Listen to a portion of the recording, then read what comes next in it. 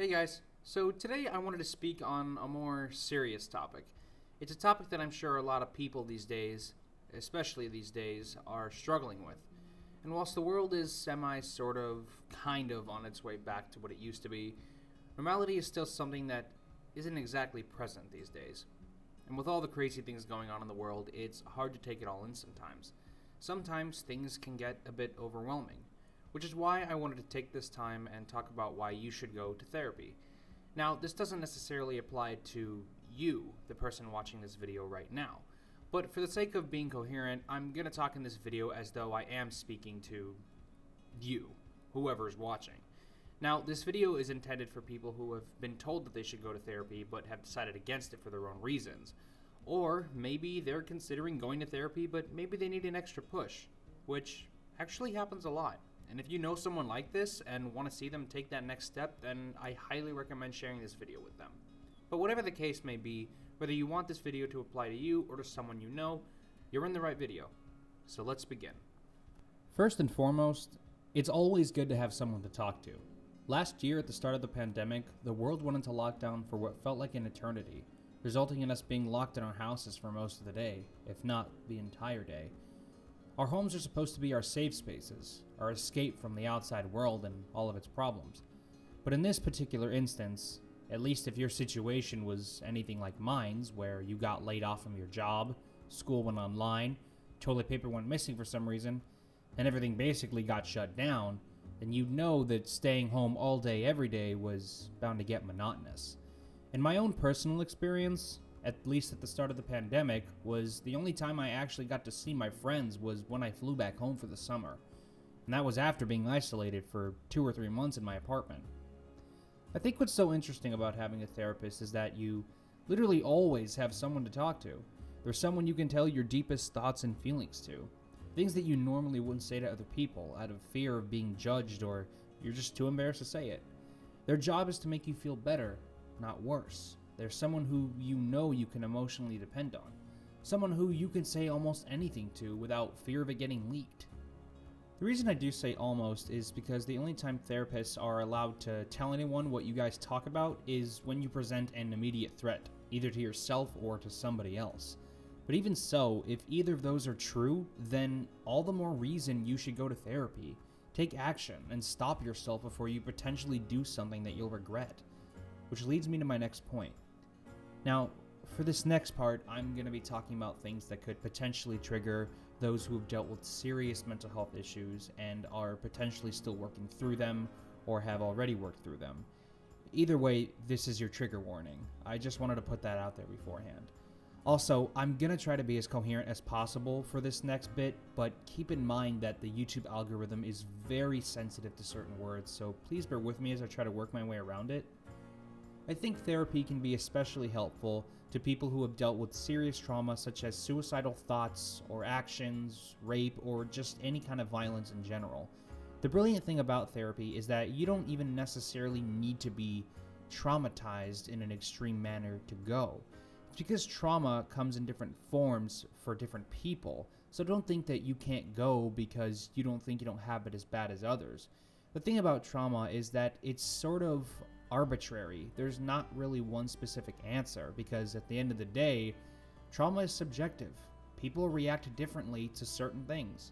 But for those of you who have dealt with the issues I touched on a second ago, I just want to say that I feel for you. And I'm so sorry about whatever traumatic event happened to you. I hope you can work through it and get better. But even if you haven't gone through those horrible things and your case is that you're just depressed or anxious, therapy can help with that too. The same way that cancer is a disease of your body, depression is a disease of your brain, and diseases don't just go away. So if you let it sit there and not do anything about it, it's just going to get worse and worse until eventually something bad happens.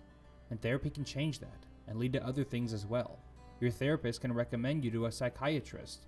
And for those who think a therapist and a psychiatrist are the same, they're not. You see, the job of a therapist is to sit down and talk with you about your problems, address them as a means of being one step closer to moving on from them. A psychiatrist is like the therapist in regards to studying the functions of a person's mentality But the difference is that the psychiatrist is also a licensed medical doctor as well, meaning if counseling alone isn't working, they can provide medicines for things like depression, anxiety, and other emotional disorders that you may have, opening up a whole new avenue for you to get back on track. Now, throughout this video, I've discussed therapy in a more sophisticated manner, I would say, which is why I'd like to close my argument on a more personal note. So right now, what I want to do is I want to talk to you, the person watching this video right now. And whether you're watching this video because someone sent it to you or you just stumbled upon it, I want you to ask yourself, and I mean genuinely ask yourself, and be honest with your answer. How have you been feeling lately? And I mean genuinely, how have you been feeling? Like, actually. Are you sad? Are you angry, stressed, or are you just numb to emotions altogether? If the answer is yes to any of those, trust me when I tell you that that can change. You don't have to stay like that forever. So I beg you, if you're feeling like nothing matters anymore, if you're feeling like you don't matter anymore, please say something to someone. One thing that I didn't mention before is that therapy isn't just going to see a therapist. Therapy is so much more than just sitting down and talking to someone in an office. Therapy can be something as simple as going outside for a walk, taking a day to relax, or talking to someone about your problems. And it doesn't have to just be a therapist. It could be your parents, your siblings, your friends, your grandma, grandpa, a school counselor, even a teacher. Just someone who you know cares about you. And in case you don't want to talk to any of them, then that's why therapists exist. You have all these options. Please don't be afraid to use them. Going to therapy doesn't make you weak.